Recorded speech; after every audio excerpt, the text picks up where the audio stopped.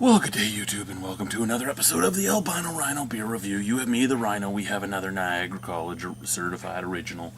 Getting close to being done, the Niagara College Certified Originals. So, with that being said, nothing against the Niagara College beers. I love drinking them. I love that they're here. I love that there's so many to choose from all the time. But it's seeming like I'm becoming a Niagara College review channel and nothing else. Now, you guys wouldn't know this because I do spread them out, but I had 24 of them, so I've been going through them pretty much non-stop now. That I only can do like 2 or 3 beers on my days off each because I'm alone all the time. And lately it's been 2 or 3 Niagara College beers each time. And they're 650s, so, I mean, 2 or 3 of them are my night. This one is 5.3% alcohol by volume. It is Screamin' Eagle Freedom Ale. What is the style? I do not know. There's one person that put it on Untapped. That person's had an American Pale Ale. With the name, I could accept that. Whether or not it actually is, I don't know. Let's open her up and drink her, shall we?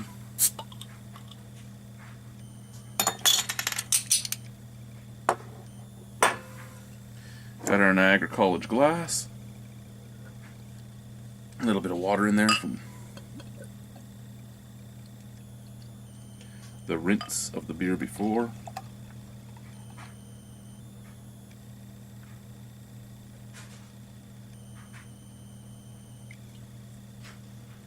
Ooh. It's not a bad looking beer. Tiny, tiny touch of haze. Nice brassy, starting the amber color. Nice white head. Beautiful white head. Fluffy. A little bit of snack crackle pop. A little bit of bubbles up there. It's a pretty beer.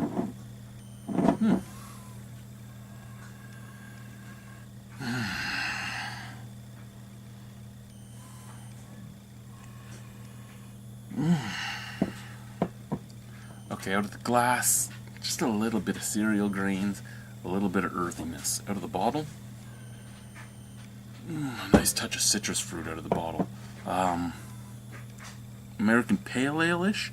Smells like the hops could be there that would make it an American Pale Ale, but the aromatics on it aren't as strong as I would usually get from an American Pale Ale.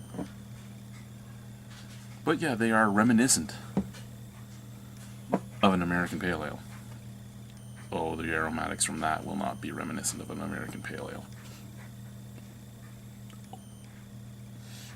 Oh, my birthday, I ate chicken wings all day.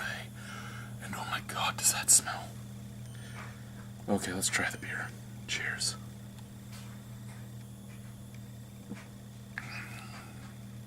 Oh.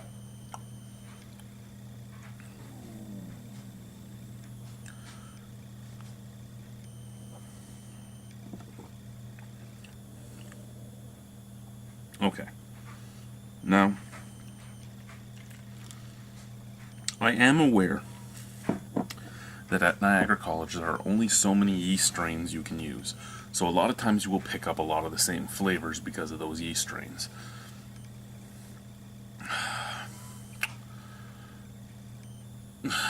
What was it that Alan said? Your grains are provided, your yeast is provided, I believe your hops are provided. It's your specialty grains and specialty adjuncts and specialty ingredients that you provide yourself, I believe is what he was saying. With that said, I can see a lot of students working with just what is available. And I'm bringing that up only because this Screaming Eagle Freedom Ale does have a very nice taste to it, but the underlying taste to it, for me,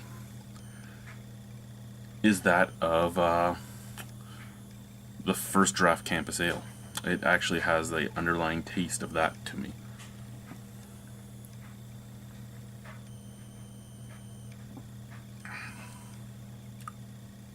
Like you drink it. The whole back end is different. The whole back end is nice. The whole front end, what I'm getting at the beginning, reminds me of the Campus Ale. Slightly sweet, slightly grainy, I'm going to say cereal grainy. No, I'm not going to call it corn because I don't believe it's corn. But maybe just two-row barley and Really no roast on it or anything. I don't know what they use as their malt bill in the Campus First Ale, but there is a sweetness to it that is just grainy sweetness. And that is what you get at the forefront. In the middle, it mixes weirdly because you're getting that mixture of that taste mixing with all the hops, which isn't a good taste. But that taste only lasts for a second.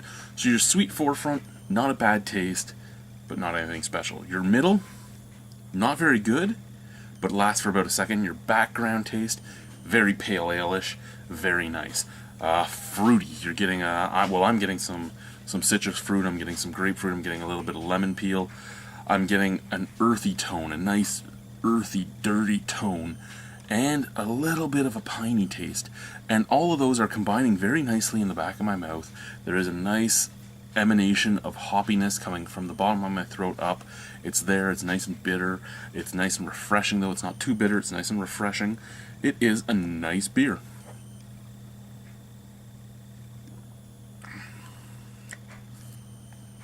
Really, if I could get rid of that piece in the middle, I would love this beer. The way it is right now, I can say try it. I can say if you see it on the shelf at the retail store, pick it up. $5.60 for a bomber, you can't really go wrong.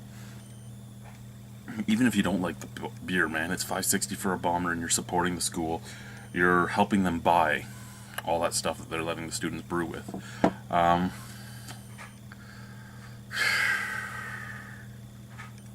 a bad price, not a bad beer. Just nothing special. Nothing special, and kind of weak on the front to the middle. It's the background that sells this beer. The whole background emanation of this beer is what you want this beer for. The forefront and the middle. Forefront, you can get away with the forefront. The middle, just not me at all.